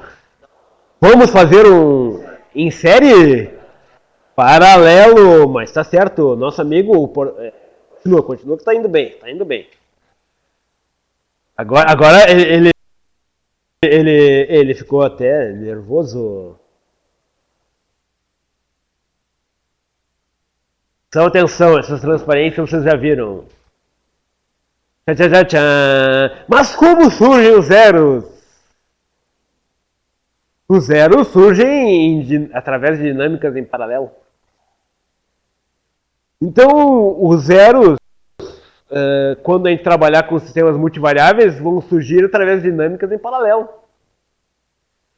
Só que eu pergunto para vocês, observem que o zero, quando ele surge no sistema multivariável, ele agora tem mais de um caminho possível. Eu tenho multivariáveis, tenho duas variáveis, duas ou três entradas. Então, em primeiro lugar, para surgir zeros é necessário ter dinâmicas em paralelo. Isso vai fazer com que eu vou ter um numerador aqui, esse numerador, a raiz desse numerador a gente usava como nome de zeros, raiz do numerador. Então, zeros são as raízes do numerador, certo? Caso CISO. E aí nós vimos que comportamentos possíveis são esses aqui, ó. Esses são os comportamentos possíveis. Eu posso ter uma resposta comum, que um overshoot, ou uma resposta inversa. Certo? E que esse comportamento estava relacionado ao quê? A localização relativa do zero em relação aos polos. E aí eu tenho esse comportamento aqui, ó. E aí nós estamos interessados, ou estávamos mais interessados, ou mais preocupados com a resposta inversa, né? Certo? E a resposta inversa limitava o desempenho alcançável. Por que a resposta inversa limita o desempenho alcançável do sistema? Quem saberia explicar isso para a mãe? Se você sabe controle, tem que ser capaz de explicar para a mãe de vocês. Ou para a mãe de vocês, pode ser engenheira, tal, tal. Então, digamos assim, para alguém leigo, não necessariamente a mãe. Pode ser o pai, a sobrinha. Como é que vocês explicariam a resposta inversa para a sobrinha de vocês? Sobrinha.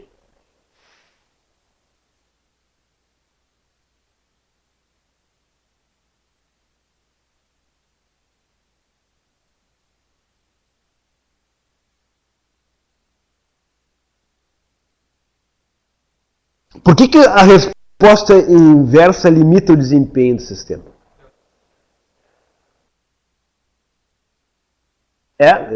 Basicamente porque Imagina o seguinte, o controlador ele responde ao erro. O efeito de um aumento daquela variável, no caso aqui nós estamos com ganho positivo, nesse exemplo, ele leva o seguinte, leva a planta para um aumenta a vazão, leva um aumento de composição, certo? Mas o controlador ele responde ao erro. Então, o sinal do erro, nesse instante em que ele vai para baixo, o sinal do erro é contrário. Imagine o seguinte, se houvesse resposta inversa no banho, o que aconteceria? Você está lá no banho, com uma válvula quente, a válvula fria, quer aumentar a temperatura. Se houvesse resposta inversa no banho, o que aconteceria? Eu abro a válvula quente, a temperatura, em lugar de subir, ela diminuiria. Aí o que você sabe? A temperatura está abaixo do que eu quero. Vou abrir a válvula quente. E o que aconteceria? Você abre a válvula quente, a temperatura, em lugar de fazer com que você abra um sorriso, vai acontecer de você bater os dentes. A temperatura vai cair. Se você for muito afoito, temperatura caiu, você abriria mais ainda a válvula quente.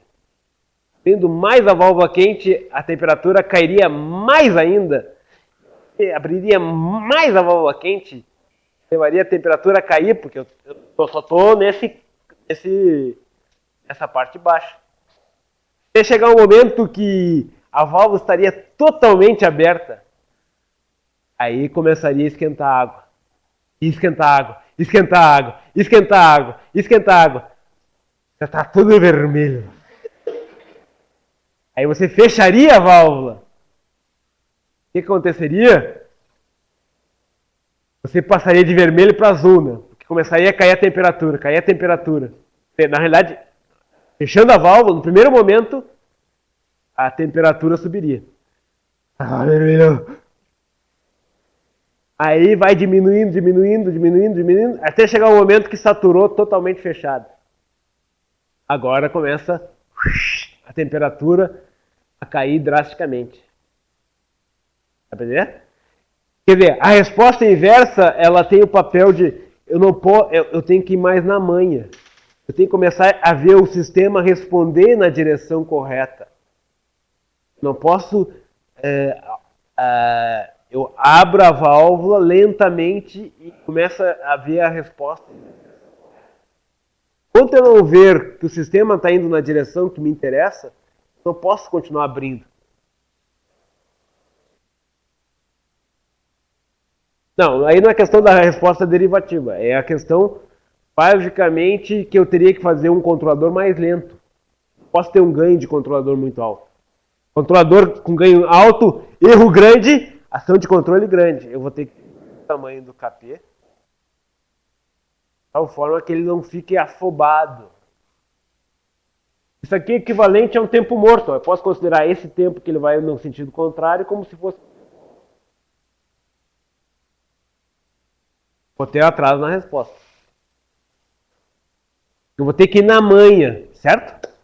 Então, por isso que nós estamos interessados em resposta inversa, porque a resposta inversa limita o desempenho alcançável. Aqui não tem limite nenhuma de desempenho alcançável, nem aqui, ó. Eu enxergo, eu faço e enxergo. Toda vez que eu fizer enxergar,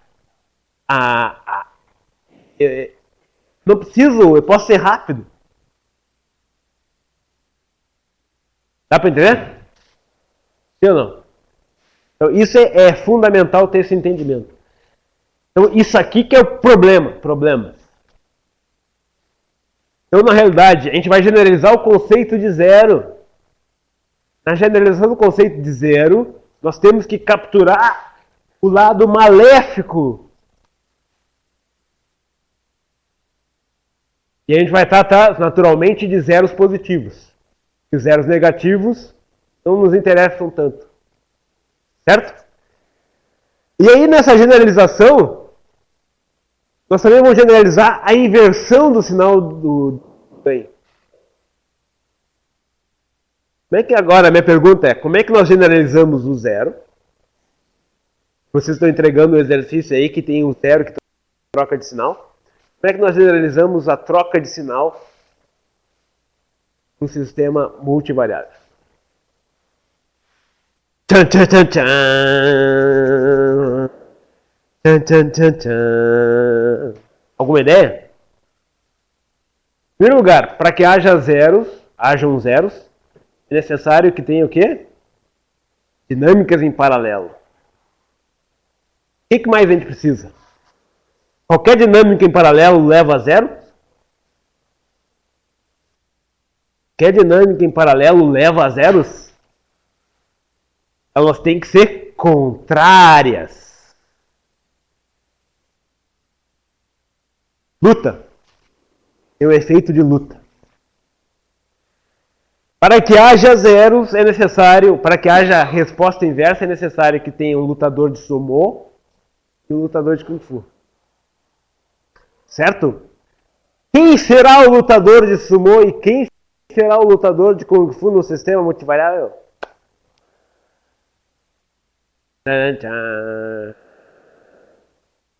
O que mais?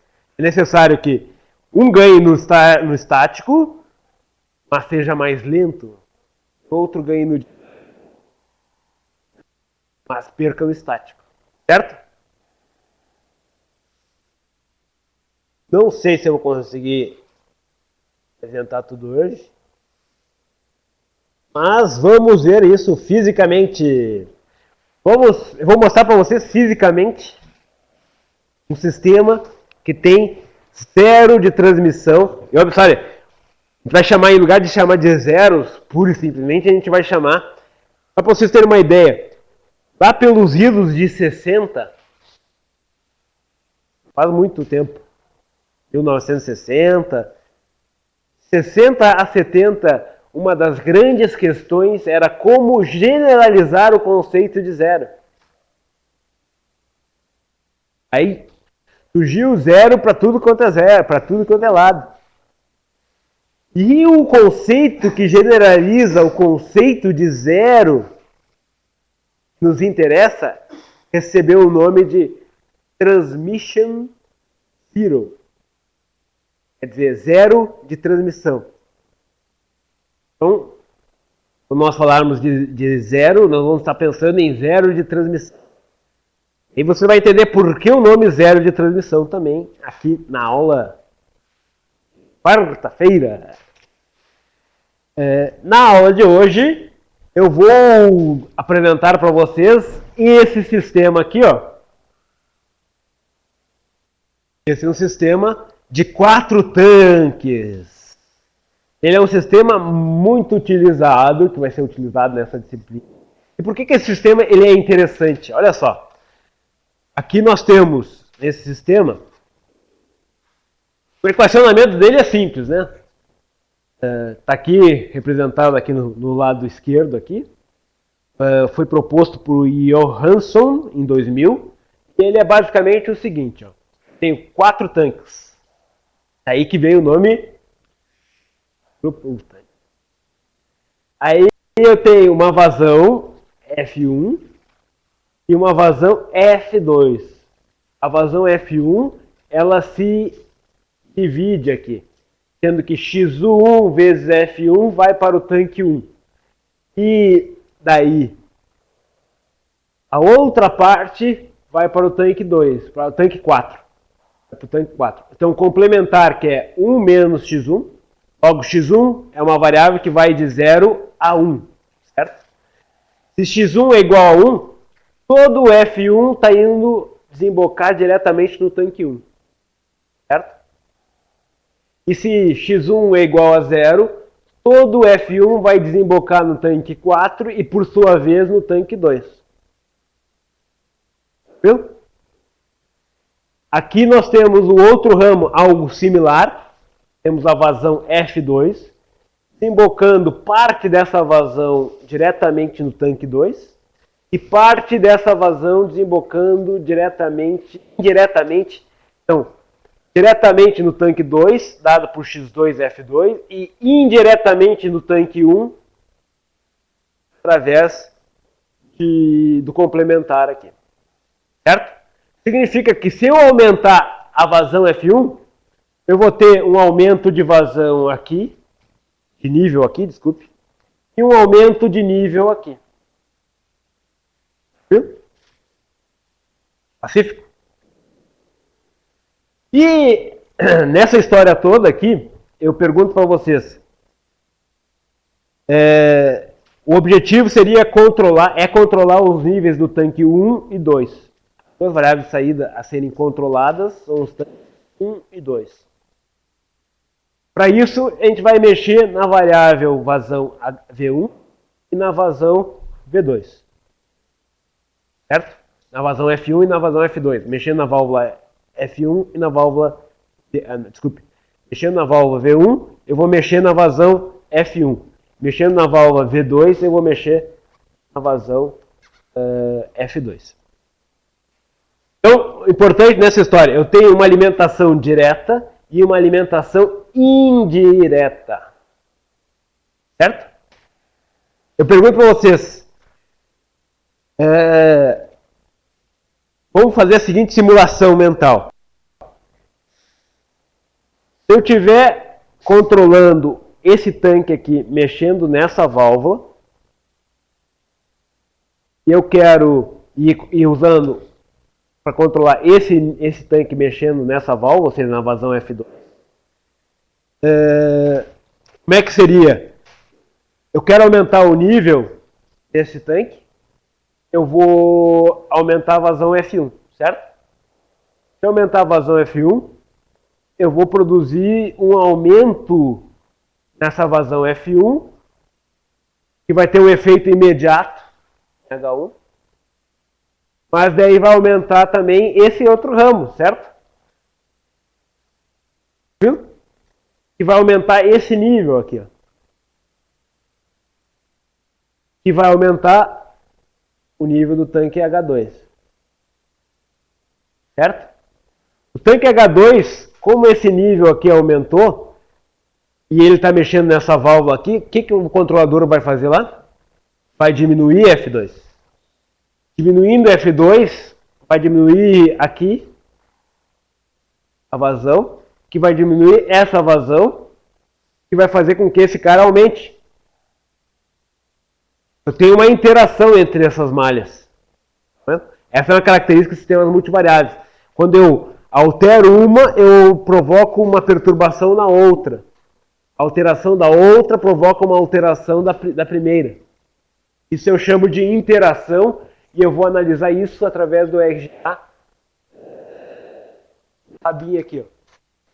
Certo? Se o sistema tem uma forte interação, eu mexo aqui, provoco muita variação aqui e vice-versa. Viu? Se o sistema tem pouca interação, no que eu mexer aqui, impacta pouco aqui. Viu? Agora, observe o que acontece. Se a alimentação for primordialmente por cima, ou seja, X1 e X2 são menores que 0,5. Eu alimento principalmente por cima. Concorda? Quer dizer que essa variável aqui vai ter um impacto maior no tanque H2 e essa variável aqui vai ter um impacto maior no tanque H1. Tranquilo? Significa que, se vocês fossem usar controladores descentralizados, o emparelhamento que vocês usariam seria, eu usaria para controlar o nível H1 a vazão F2. E para controlar o nível H2, a vazão F1. São as variáveis que dominam a resposta, certo? Tranquilo? Eu aumentaria a vazão por cima. A vazão por cima seria maior do que a vazão direta. Concordam? Sim ou não? Nada nesta mão? Nada nessa mão. Mas o que acontece? Então, quer dizer, Se eu fosse aumentar esse nível aqui, eu aumentaria a vazão F1, concorda? Sim ou não? E aí surge o lutador de Kung Fu. O lutador de Kung Fu surge porque aumentaria F1. Só que o F1 ele tem um atraso de dinâmica devido ele vai aumentar H2. Só que ele vai primeiro dar uma passadinha em H4, altera o nível de H4, nível de H4 sobe, aumenta a vazão de saída e aí vai aumentar o nível de H2. Nesse meio tempo ele já fez porcaria no tanque, ó. Porque já aumentou, eu aumentei essa vazão que vai aumentar H4 e aí que vai aumentar H2. Certo? Mas ele já começou e rapidamente já alterou o nível H1. H1, o que acontece? H1 sobe. H1 sobe. Sobe. O que vai fazer? Vai mandar H1 subindo, ele vai fazer com que essa válvula aqui ou não? Essa válvula diminuindo, F2 diminui a alimentação no tanque H2. Mas não era para o nível subir? O nível está descendo? Resposta inversa. Aí, o que acontece? Começa a cair o nível aqui, até chegar o lutador de sumô. Observe que a resposta inversa surgiu de dinâmicas em paralelo, só que quem fechou e fez esse paralelismo foi o controlador. Cada uma dessas funções de transferência aqui são simples. Cada uma delas é simples, é primeira ordem. Jardim de infância. Ou como minha sobrinha está lá no jardim de infância. Tio, vamos falar de função de transferência. Cada uma dessas funções de transferência aqui é de primeira ordem. Não tem resposta inversa. Mas o sistema multivariável tem. E aí que entra uma parte importante. Porque muitos sistemas apresentam resposta inversa multivariável e nenhum comportamento esdrúxulo monovariável. E isso vai limitar o desempenho dos sistemas multivariáveis. E vai ter aqui a mesma questão de inversão de ganho. Agora vai inverter a matriz. Vai inverter a matriz. Certo? Então, na aula de quarta-feira, eu vou generalizar o conceito de zeros. Vou apresentar isso aqui em detalhes. Vou calcular isso aqui com vocês. Na aula que vem, a gente mata zeros e polos. E quem sabe chegamos ao RGA.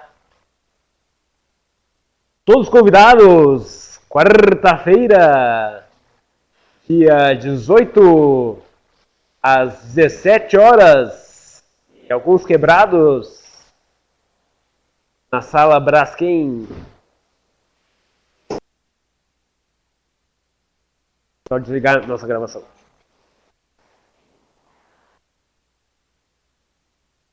Tem.